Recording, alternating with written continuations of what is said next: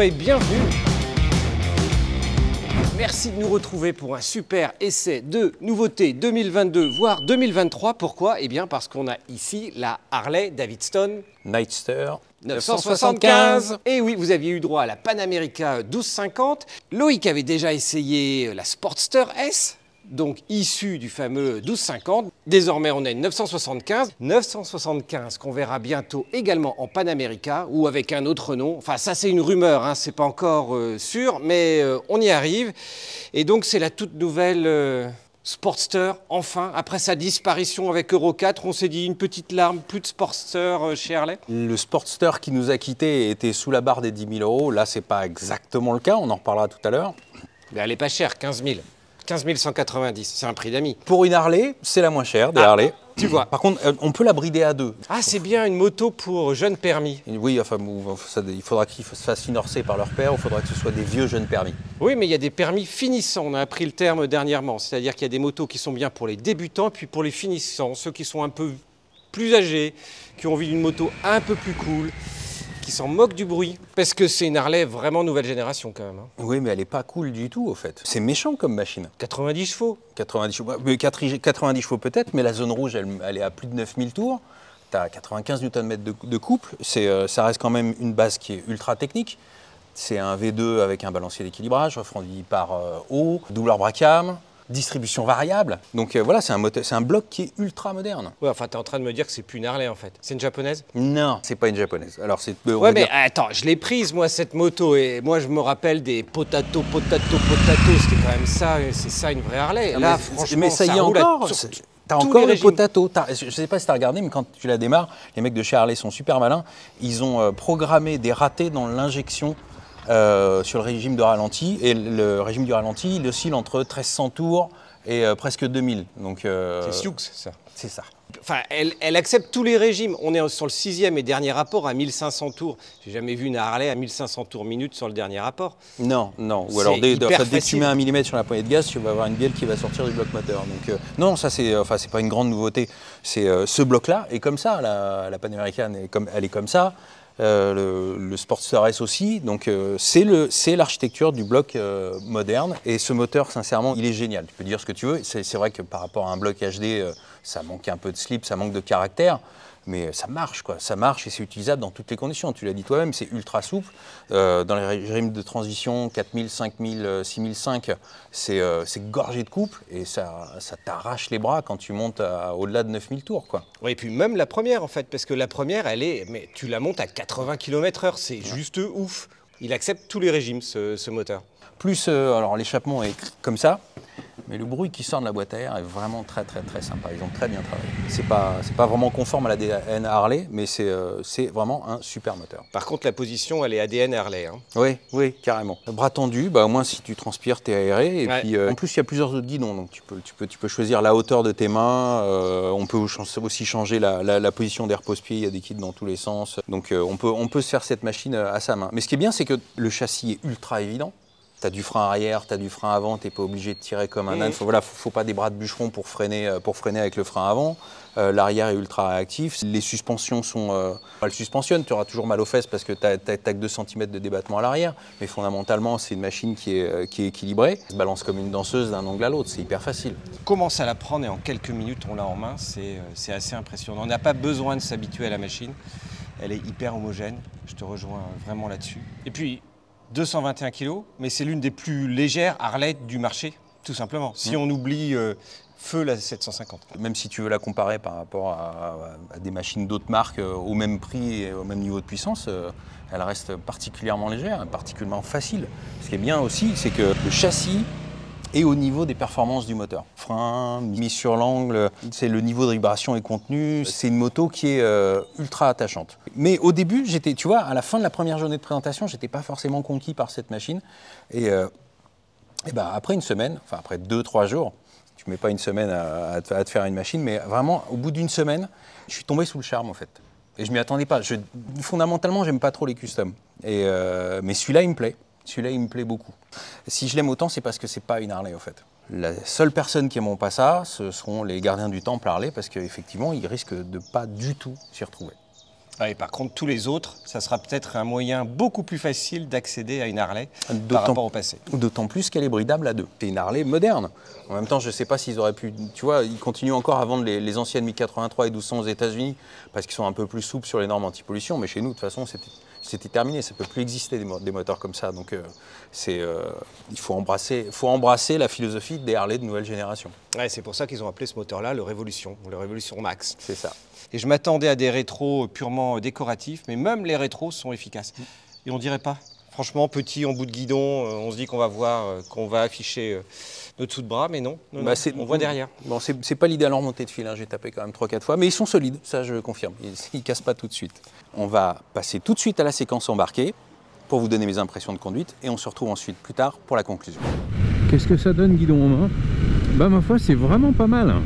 J'ai déjà pu rouler pendant un peu plus de 4 jours avec, et c'est une machine qui est vraiment attachante. Côté position conduite déjà, et prise en main, bah déjà la selle est à 700 mm de haut, donc n'importe qui devrait pouvoir poser aisément les deux pieds à terre. Les commandes sont relativement douces, le freinage est facilement dosable sur les premiers millimètres, avec pas mal de feedback.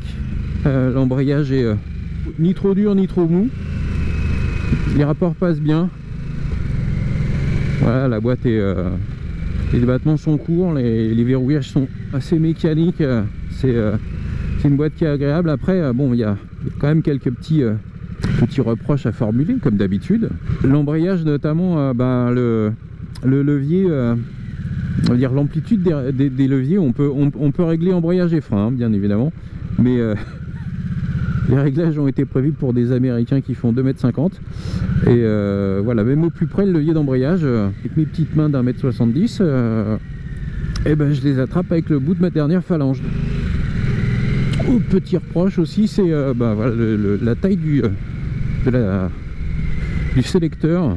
Elle est un peu courte, ce qui fait que voilà, avec certaines paires de chaussures, plusieurs de mes collègues et moi-même avons trouvé que voilà, si on prend pas la peine de bien rentrer le pied sous le sélecteur, on a quelques difficultés à monter les rapports.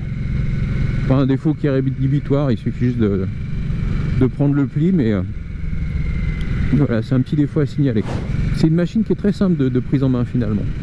Le moteur est très souple, il n'y a pas trop de couple à bas régime sur les voilà, jusqu'à 3500 tours. C'est un twin qui est plutôt doux. En plus le poids est contenu. La géométrie a rien de radical. Le centre de gravité est vraiment au ras du sol, notamment grâce au réservoir qui est sous la selle. Celui qui est entre mes genoux, au fait, c'est le cache de boîte à air. Donc le réservoir sous la selle, ça fait qu'on a une machine qui a vraiment un équilibre assez jouissif au fait pour un custom. C'est hyper stable sur l'angle. Il y a très peu d'efforts à fournir au guidon à la mise sur l'angle. Voilà, on a beaucoup de feedback sur le train avant, ce qui est surprenant pour un custom.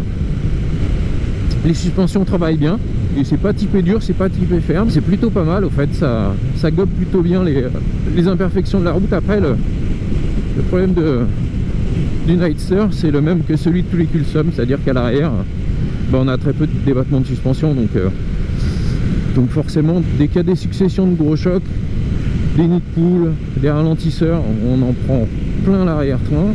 Et au fait le couple, il y en a beaucoup, c'est pas réparti de manière ultra homogène sur la plage d'utilisation, ce qui est une bonne chose finalement, parce que je lui donne un petit brin de caractère.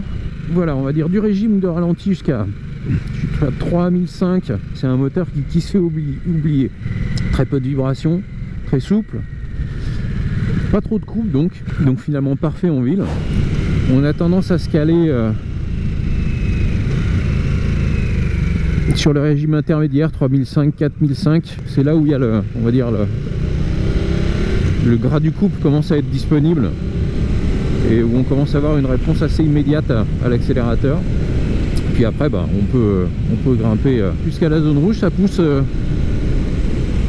jusqu'en haut. Et vu le rapport poids-puissance, les performances sont plus que satisfaisantes.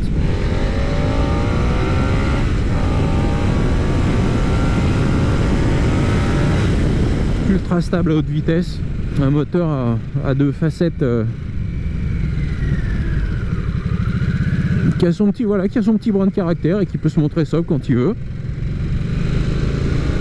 Et l'ensemble est, voilà, l'ensemble est vraiment, vraiment cohérent. C'est voilà, c'est une très bonne surprise et c'est même un poil mieux, je dirais que le Sportster S qui a un bien plus haut niveau d'équipement, des meilleurs freins, des meilleures suspensions, mais qui a, de par son gros pneu à l'avant, a une direction un poil tombante. Là, c'est plus homogène, c'est plus facile, c'est plus cohérent. Le package technologique est, il est repris du Sportster aussi, donc voilà, c'est pas une Harley à l'ancienne. Il y a un ABS, il y a un anti-patinage, il y a un contrôle du niveau de freinage moteur, tout ça est bien évidemment couplé à 3 modes. Le mode pluie, il est bien que sous la pluie. Il y a un mode sport aussi, mais qui est bien au demeurant, mais trop brutal. Je roule 99% du temps avec le mode road et il est très bien. Voilà. Là, on a une machine avec des repose-pieds qui sont pas trop bas, relativement courts. Et on peut prendre de l'angle sans arrière-pensée. Vraiment en arrivant vite sur des ronds-points bien serrés ou sur de la départementale qui tourne vraiment beaucoup. On va venir faire frotter les repose-pieds, mais 90% du temps, la garde au sol n'est pas un problème. Normalement, il y a toujours une section de l'essai qui est réservée à l'avis de la passagère. Mais comme vous le voyez, vous verrez ni de pouf passager, ni Sandrine aujourd'hui. Mais il y a une petite technicité qui est importante de préciser. Si vous le commandez sans le pouf passager et le CC bar et tout ce que vous pourrez mettre derrière, mais sans le pouf passager, votre moto vous sera livrée avec une carte grise monoplace. Donc n'imaginez pas commander le pouf après, parce qu'il va falloir vous recommander une carte grise dans la foulée. Donc voilà, pour ceux qui envisagent d'emmener un passager avec eux, pour les courageux ou les courageuses qui s'asserront là, pensez à le commander directement en concession, quitte à l'enlever après, parce que sinon vous êtes bon pour vous repayer une carte grise. Fin de la parenthèse, on passe à la suite. Eh ben, elle est sympa, après 15 jours, cette petite Harley Nightster 975. Une vraie moto pour débutants et pour finissants. Elle est facile, voilà, par rapport à d'autres machines qui sont très lourdes chez Harley ou même dans d'autres marques. La légèreté, c'est un énorme point positif pour elle. Son rapport poids-puissance également. Les 90 chevaux, ils sont pleins partout. On peut accélérer à fond ou au contraire rester sur le dernier rapport en ville sous les 50 km/h. C'est un vrai régal. J'irai pas jusqu'à 30 km/h, mais franchement, si on veut rouler juste dessus, c'est nickel. La partie cycle, elle suit.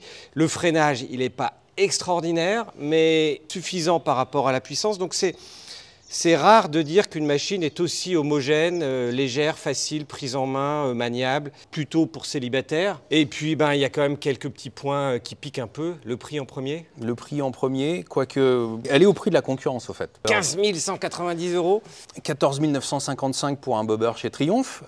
Tu prends la Scoot de chez Indian, ou la Scoot, je sais pas. Mais en attendant, c'est le même prix, c'est 14 990 €. Donc on est, tu vois, on est vraiment dans ces eaux-là. Et c'est des machines qui ont grosso modo le même rendement, le même placement. C'est juste la limite pour les A2. C'est quand même pas pour toutes les bourses non plus. Et sinon, qu'est-ce que tu as aimé toi? J'ai été surpris par le châssis, qui est vraiment à niveau des performances moteurs, c'est pas peu dire. Il y a quand même 2-3 détails qui me chiffonnent, où Harley aurait quand même pu faire un peu mieux. 2-3 détails de finition, la sonde lambda qui se balade un petit peu, des durites qu'ils auraient pu mieux planquer. Sur ce coup-là, notamment, voilà, Triumph et Indian font nettement mieux.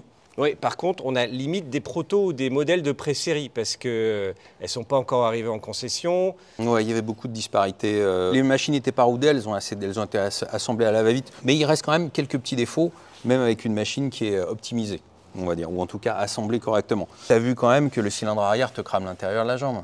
Ah non, chez les Italiens, moi j'ai des souvenirs de Brasero sous les Corones. Sous les Corones. Bof, ça va.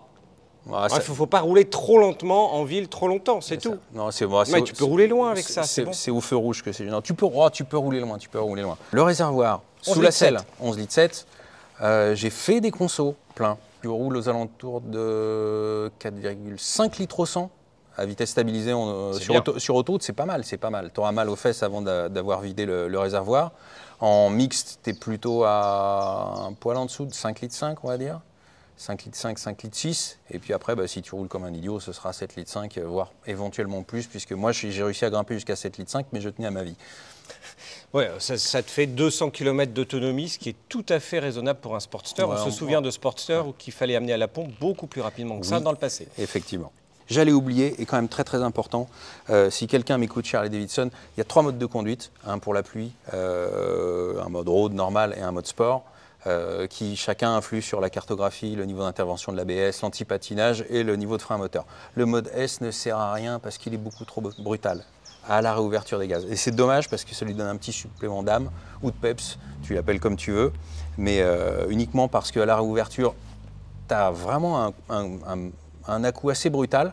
Tu es obligé de te priver de ce mode. Je l'ai fait deux, trois fois. Tu es un petit joueur, c'est tout. C'est pour les mecs qui en veulent, qui veulent une vraie machine, qui veulent exploiter les 90 chevaux disponibles dès les 1000 premiers tours minutes, et puis c'est bon. J'attends les commentaires des futurs propriétaires sur les forums pour me dire à quel point je suis une navette. Mais pour le moment, je reste sur mon avis. Ce sera la conclusion de cet essai au quotidien pendant 15 jours. Voilà, il y a plein d'autres essais Harley et puis surtout des millésimes 2022 sur la chaîne du Repère.